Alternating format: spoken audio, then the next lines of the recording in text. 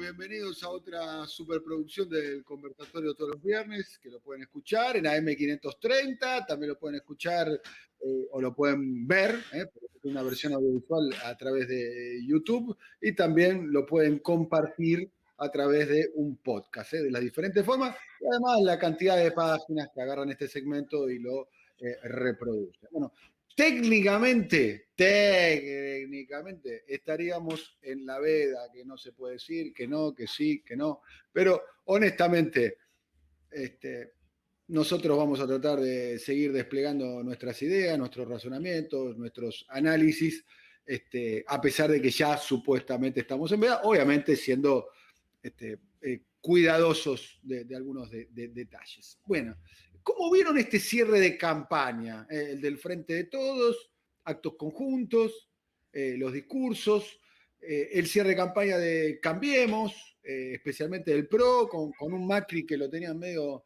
guardadito, que lo subieron y lo bajaron del ring, medio de espalda, escondido, medio como, no se nota bien si es Macri o no, bueno, gracias por venir, chau, andate, ¿no? ¿Cómo ven eso, Amado, Artemio? Bueno, el Frente de Todo bastante prolijo, ordenado. Me pareció un cierre interesante, despojado de bastante emoción, hay que decirlo, pero un cierre ¿Despojado ordenado. de emoción? ¿De emoción? Sí. No hubo conmoción en ese cierre, salvo algunas intervenciones de Axel un poco, pero luego no fue un acto que te conmueva. Pero fue ordenado y fue explicitado de manera correcta la confrontación que efectivamente se va a realizar en La Paz, o dos modelos. O sea, me pareció un acto adecuado, tanto en Junín con el de Massa. Me pareció simpático el Tajay en Junín, Sergio por parte de Máximo. Un dato más que hace a la unidad. Un dato color. Un dato de color. Pero en general, un acto adecuado. El Tajay es de la época que cuando Massa se iba con los traidores, ¿no? Todos los traidores se iban con Massa. Es otra época, por favor, no. Otra época, pero fue los traidores iban con él. ¿Eh? Los traidores iban con él. Con Massa, claro, estamos hablando de otra época. Por favor, no me recuerden esa canción, porque está como fuera de época. Fuera de época. Pero, y el de Juntos por el Cambio, bueno, obviamente lo que vos señalaste, la ocultación sistemática de Macri, un error de estrategia por parte de Larreta, lo va a ver en las elecciones de provincia de Buenos Aires y las de Capital.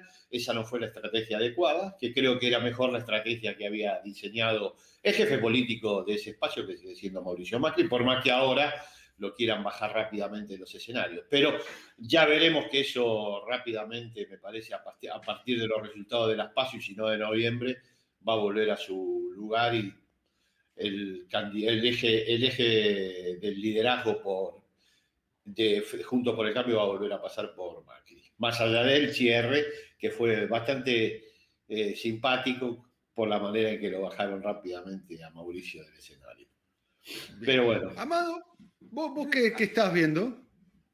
Me gustó, coincido con Artemio en lo general. A mí me gustó mucho la estocada que dio Máximo con el tema de que vuelven a meter en el debate como si el problema de Argentina fuera el costo de tener trabajadoras y trabajadores, ¿no? En un país que Macri aumentó la tasa de desempleo, un país que necesita ingresos en la población, la propuesta del PRO vuelve a ser bajar todas las cuestiones vinculadas al pago de salarios. Y me parece importante traerlo al debate político, en una campaña que hubo bastante poco debate político. ¿Hubo poco? Me parece que sí, a mí. No sé, Artemio, vos. Totalmente de acuerdo, no hubo prácticamente debate político. La política se retiró de la campaña transitó otros espacios. Para mí, coincido con ustedes, hubo mucho discurso medio de autoayuda, pastor electrónico, ¿no? Hubo mucho de eso, con la excepción de Cristina, ¿no?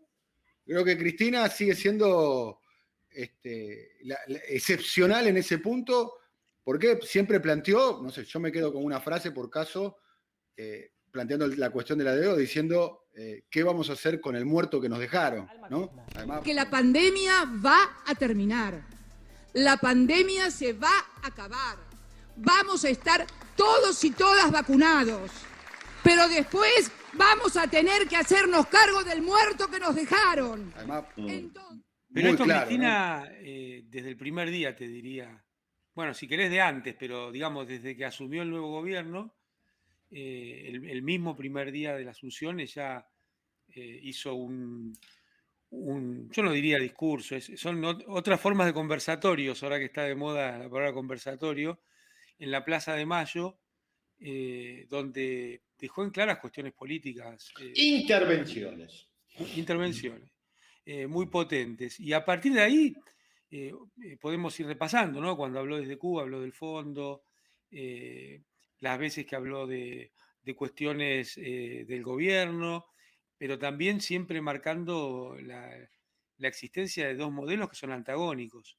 Porque por más que yo creo que la estrategia de campaña y en el cierre de este esquema o esta versión del PRO en la cual toma por un rato la conducción, yo coincido, creo que termina la elección y Macri vuelve al comando, Rodríguez Larreta, bueno, buscaron ocultar el modelo, buscaron ocultar de lo que hablaban, más o menos como había pasado en la elección del 2015, pero ahora, claro, con la memoria histórica de los 4 años de Macri, y hay que decir, Macri, Vidal, Rodríguez Larreta, y siguen los nombres, Claro. es mucho más difícil esconderla. O sea, hicieron un esfuerzo mucho más grande. Las presentaciones de Vidal, de Santilli, directamente hablaban del color de pelo o de otro tipo de cuestiones. Pero bueno, no pudieron aguantar y al final, tal vez verse amenazado parte de sus votantes por la irrupción de Milei, arremeten otra vez con ese modelo para un país para 10 millones de personas, ¿no? Otra vez con el tema, María Eugenia Vidal diciendo que hay que bajar el salario a la mitad para el primer trabajo, explícitamente lo dijo, y Rodríguez Larreta explícitamente diciendo que había que bajar aportes y contribuciones. Quiere decir que en definitiva están pensando en desmantelar el sistema jubilatorio, porque todo tiene que ver con todo. Si vos decís voy a bajar aportes y contribuciones, bueno, ¿qué se va a dejar de pagar con eso? El sistema jubilatorio. Estás a un paso de decir que vuelvan las AFJP. Ese es el discurso. Por eso me pareció muy importante que Máximo hiciera eje en ese tema que sale de la discusión generalizada de dos modelos, que sale de las generalidades. Para Rodríguez Larreta, que tiene una muy buena idea, parece. Siempre la misma. Suspender o eliminar las indemnizaciones de las trabajadoras y trabajadores cuando son despedidos. Yo les quiero decir que el 25 de mayo del 2003 la Argentina tenía más de 25% de desocupación. Es aquella famosa frase de Cristina, que Néstor había asumido con menos votos que cantidad de desocupados. Y que el 9 de diciembre, cuando Cristina a las 0 horas del 9 de diciembre, tal cual dijo el Poder Judicial, dejó la presidencia, la desocupación en la Argentina era de 6 puntos. Sin eliminar indemnizaciones, la Argentina había bajado 19 puntos la desocupación. Que no le mientan más. Que no le mientan más a la gente. Que se haga cargo. Si quiere eliminar las indemnizaciones porque las considera un costo excesivo, que las elimine, pero no que diga que va a generar más trabajo.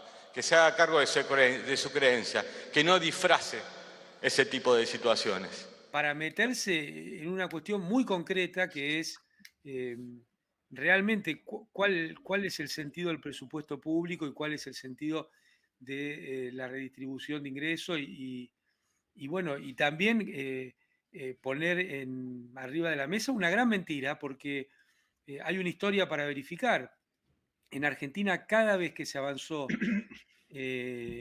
en una quita de derechos, a mí no me gusta llamarla flexibilización laboral porque flexibilización puede tener alguna connotación positiva, pero lo que han hecho Martínez de Oz, Cavallo con Menem, Cavallo con De la Rúa, Macri con su gente y todos con el Fondo Monetario, Martínez de Oz, Cavallo, Menem, De la Rúa, Machinea, Sturzenegger, Duhovne, etcétera, etcétera, etcétera, siempre es quitar derechos a los trabajadores con un supuesto beneficio en el número de trabajadoras y trabajadores ocupados. Y la verdad es que la realidad ha señalado justo lo contrario. Entonces, yo no voy a decir que hay una causalidad que cuanto más aportes y contribuciones, más personas trabajando, porque no sería cierto. Pero lo que sí se puede desbaratar es lo opuesto. Que Bueno, cuanto Amado, no menos te olvides derechos. que el ciclo de pérdida de derechos tomó 3.5% de desempleo y lo dejó en 25 puntos cuando asumió Néstor Exactamente. Kirchner. Y en esta, o sea, uno podría ver ese efecto en cada etapa. Un experimento muy cortito, muy dañino fue De la Rúa con Cavallo, ¿no?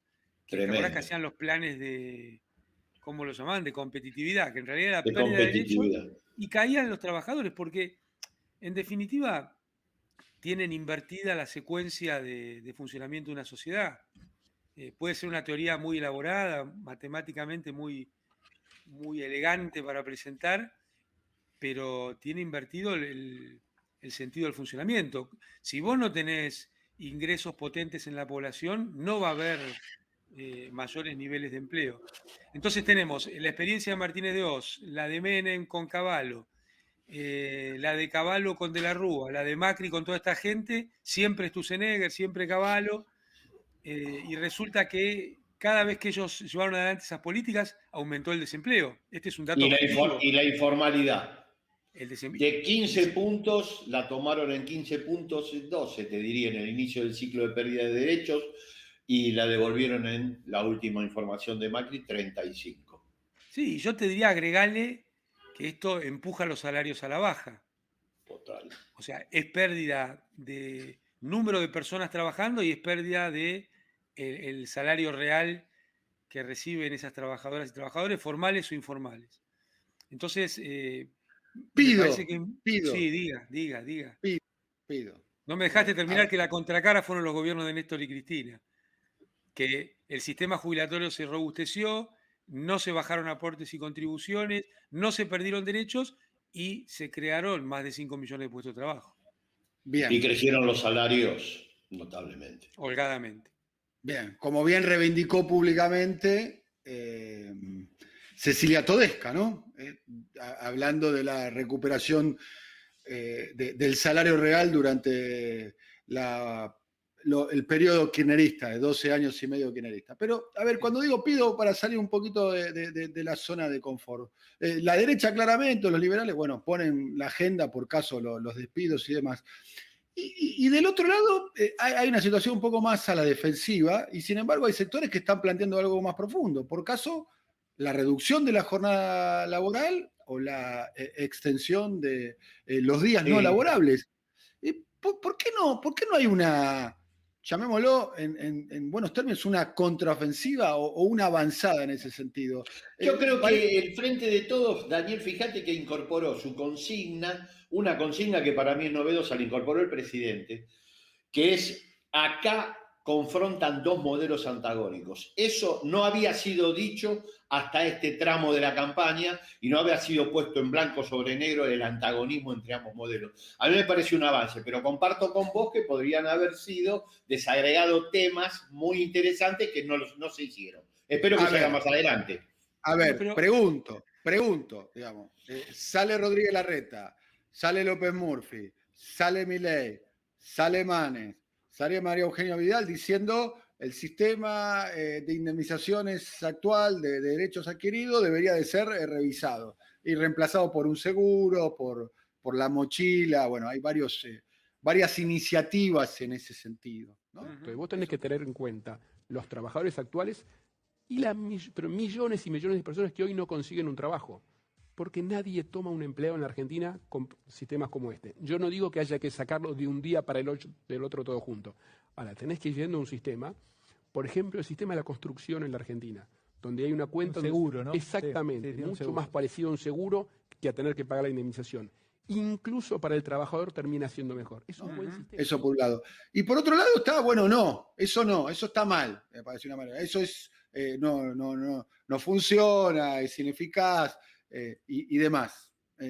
Pero no hay una narrativa, para decir una manera, y una propuesta de contraofensiva. Digo, no solo Bueno, porque esto, no sino... hay, Daniel, yo te tomo el guante, no hay una visión homogénea en este sentido. Para mí fue muy sorprendente las declaraciones del ministro Culfas, donde dice, bueno, bajar la cantidad de horas de la jornada laboral es subir el costo laboral en un 30%, dijo él.